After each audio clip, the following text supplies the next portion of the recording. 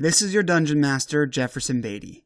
Because of unexpected technical difficulties we encountered when starting this podcast, our first 4 episodes can be a bit difficult to listen to.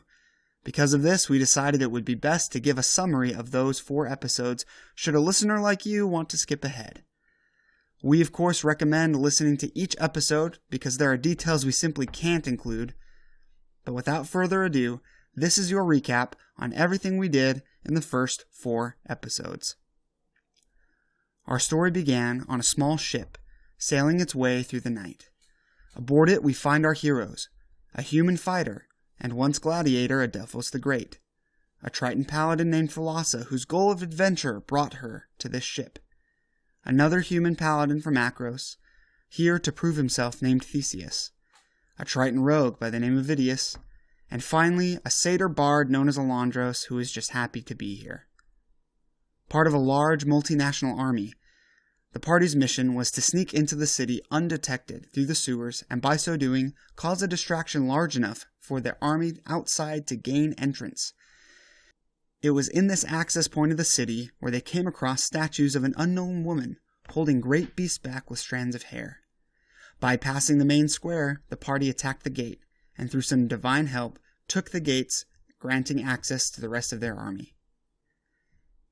After the city began to fall, they were found by one of Theseus's friends, Captain Faustus, and were then ordered to investigate the city's temple.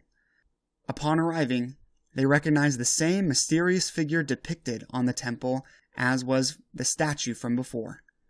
After entering the temple, they came upon a band of Leonins, led by the same one who had tasked them with their first mission. The party, outnumbered, looked on as the Leonin dispatched the unarmed priests and sacked the temple. Once the city was taken, our heroes relaxed before hearing word that the king of Akros was found dead. That night, our party was honored as the victors of the city, and therefore tasked with the responsibility to find the missing heir to the throne of Akros, the Princess Apollonia. The next morning, our heroes awoke to the army's breaking camp and heading home. After some time walking about the city, they realized that Alondros was nowhere to be found. After some investigating, the general of Cetessa, a secluded city-state in the mountains, warned that Alondros might have been kidnapped by some wild satyrs wanting to force him into their cult. Taking their advice, the party headed for Cetessa and the Skull of Vale to find out if Alondros had indeed been kidnapped. It was during this trek through the Cetessan woods that they were ambushed by some mercenaries who claimed to be sent to collect a gambling debt owed by Alondros. After their fight with the thugs, the party was sought out by the goddess of nature, Charametra, warning that if they didn't hurry, their friend would surely die.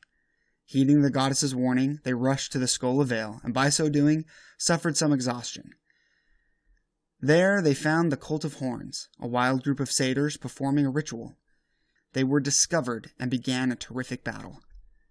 Our heroes prevailed, and by so doing, saved their friend from an almost certain death.